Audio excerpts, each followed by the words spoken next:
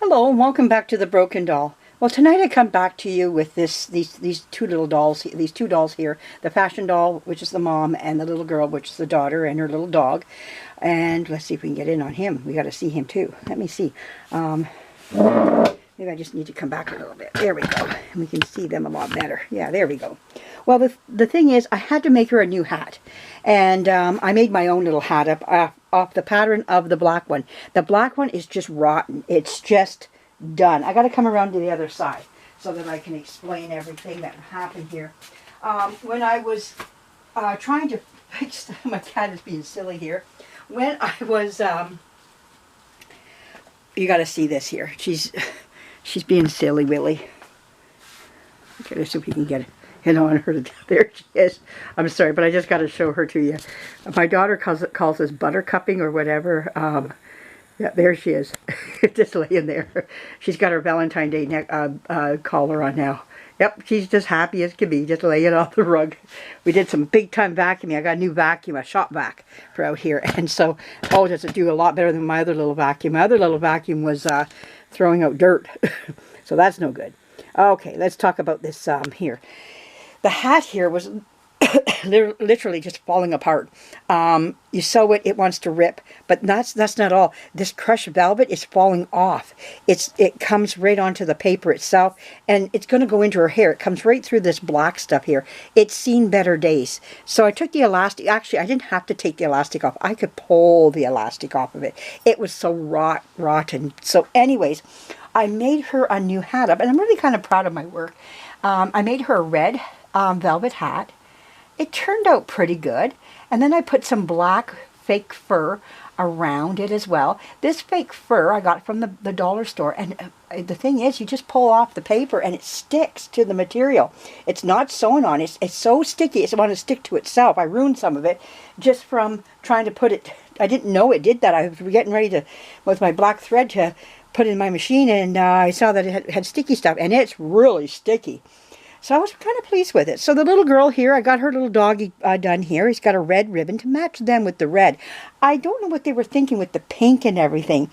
You know, I like the blue. The blue kind of offsets because it's a dog, you know, and you see him. You can see him really good there. So I gave him a little bit more color.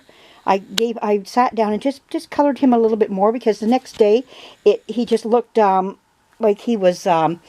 it's still kind of whitish, a bit in places, not everywhere. So he's got his, there he is right there, and he's got his collar and his leash on, and she's got a little bow in her hair. Now we're just waiting for her socks to show up, and we've got these little gals done. I can't believe how well they turned out. I'm just thrilled by them, and can't wait to put them up on my mantle on my fireplace there. I got a spot waiting for them.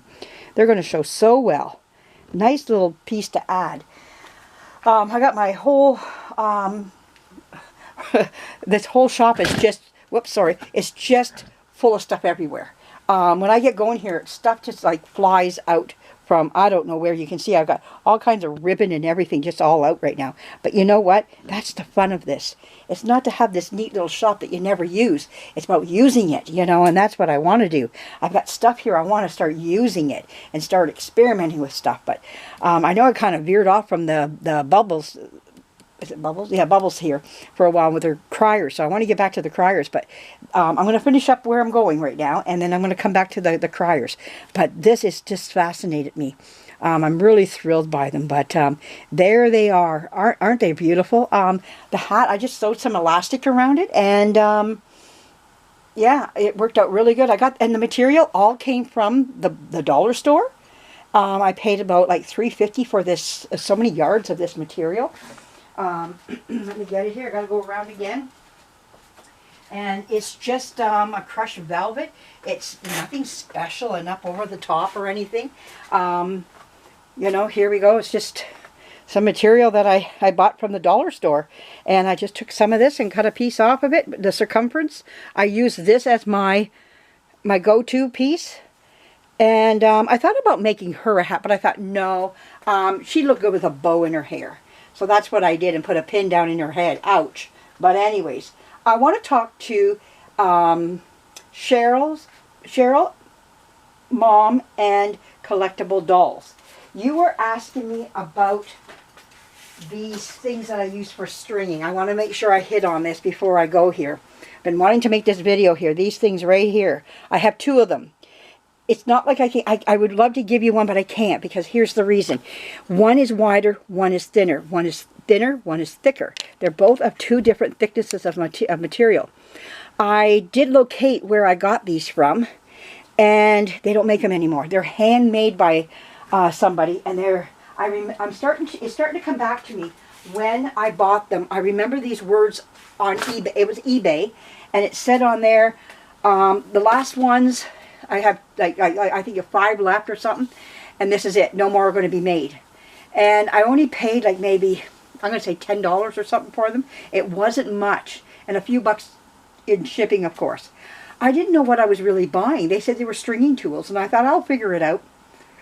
One day I'll be stringing a doll, and I'll figure and go, oh, that's what they're for, you know, type of, you know, thing, the light bulb over my head type of thing. So, I'm sorry, I don't know where. They are not made by those 3D machines. I was hoping my son would do it for me, but somebody looked at them, they said, no, they're not 3D made. Those were handmade. You can actually see the carving on them and where they were cutting them out and everything. Where they got the material, I don't know.